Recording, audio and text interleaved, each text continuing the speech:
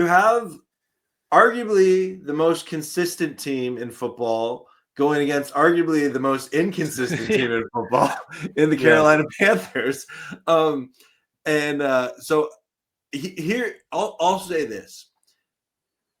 The Panthers have improved from last year a lot, like dramatically. I think their defense is the biggest improvement. JC Horn is a very good corner. You know what? I think Bryce Young has developed as a passer.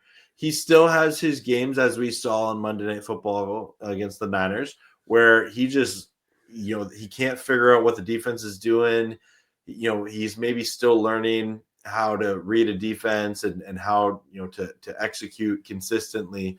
But I think that as I look at what the Panthers have been this year, when they are at their best, it's when Rico Dowdle is the primary focus of the offense. And I think that the Rams match up really well against that, and especially with Nate Landman getting the extension that he well deserved. Love it. I think if the Rams can get a lead, this will be one of those games. The Panthers are not built to come from behind. They are built if they can get a lead and just kind of hang on to it, play ball hog, like win in that style, right? And in the past, we've seen that style work on the Rams. We have not seen that work this year, though, right? The Seahawks tried to hog the ball against the Rams. It didn't work. The Niners tried to do it, in the second matchup with them, and the Rams were able to respond with quick scores, anytime they wanted, right? So I just think on paper the Rams are a nightmare matchup for the Panthers specifically. And I say this with confidence. I expect the Rams to win this game convincingly. But yeah, what are your thoughts? I think you put it a really good way, that this Panthers team isn't built to win a game like this. I think their best shot would definitely be stifling the Rams offense, which teams have had a hard time doing, and running the ball really well. That's that's kind of their identity, and then everything else kind of comes off of that. And their defense is definitely improved, but as somebody mentioned in the chat, JC Horn may be out this game with his injury, which is a huge loss. You also had Morig, their safety, who's going to be suspended. Oh, why did he get suspended? Yeah, who knows, really? Honestly, I don't even have a guess.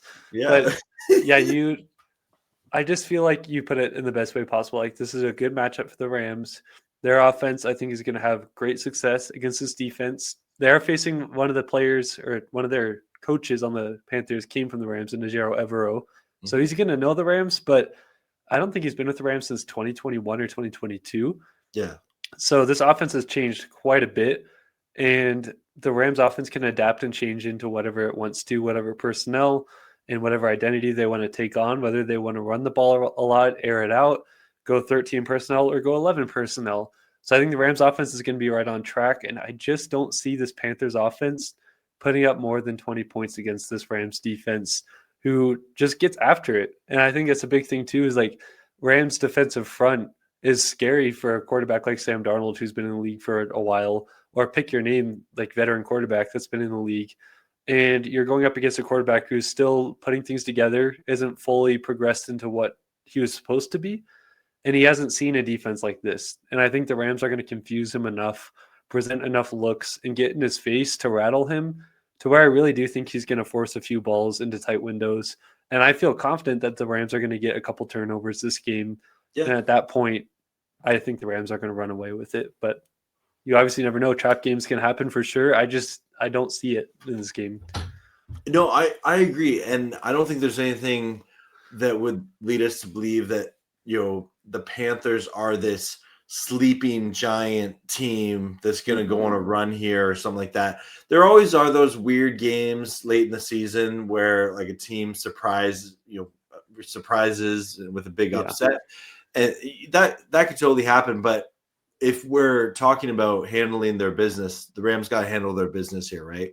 If the Rams were to somehow lose this game, I think it would be the Rams beating themselves, which besides some bad field goal play at the beginning of the year, the Rams have not done, right? They have not Yeah. been beating themselves.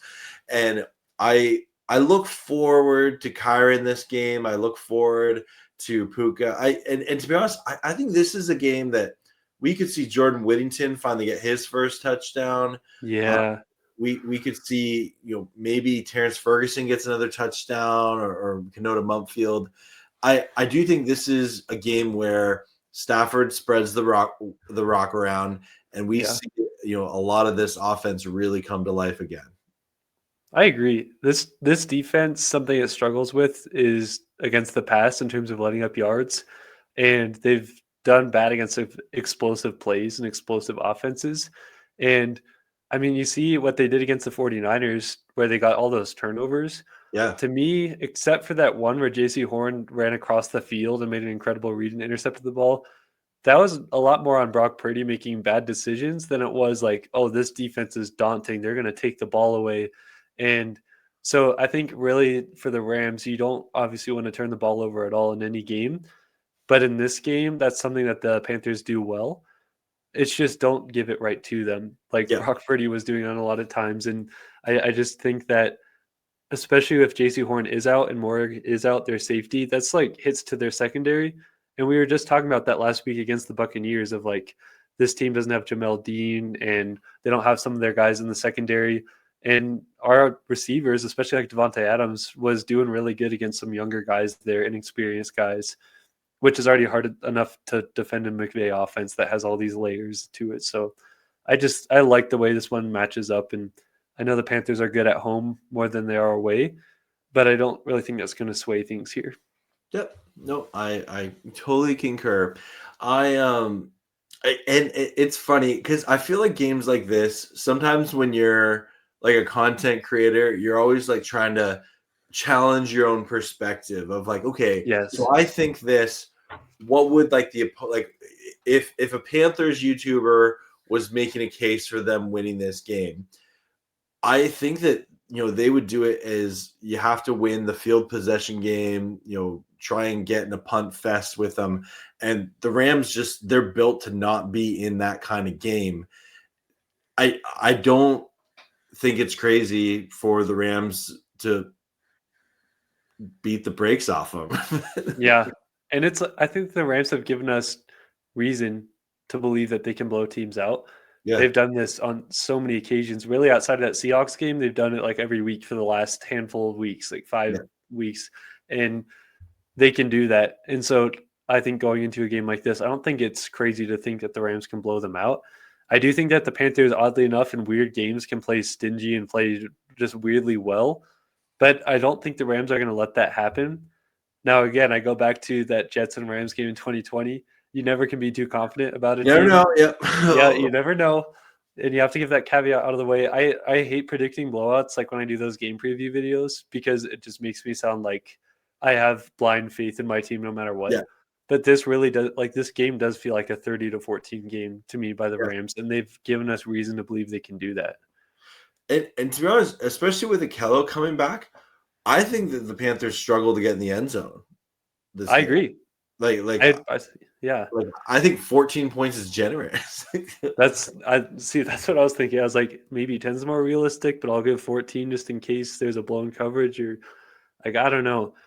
I agree with you though. Like I know you can't base a team off of one game you watch, but the most recent game against the 49ers, I was like, man, this offense just does not have any rhythm, and giving the ball away when you're inside the opponent's 10-yard line, like there just wasn't anything super inspiring, but obviously you have to give them their credit. A couple weeks ago, Bryce Young almost put 500 yards of offense on the Falcons. So it's kind of hard to predict what this team will do. I just have confidence in this Rams staff to be able to do really well against the Panthers. And obviously they have the personnel.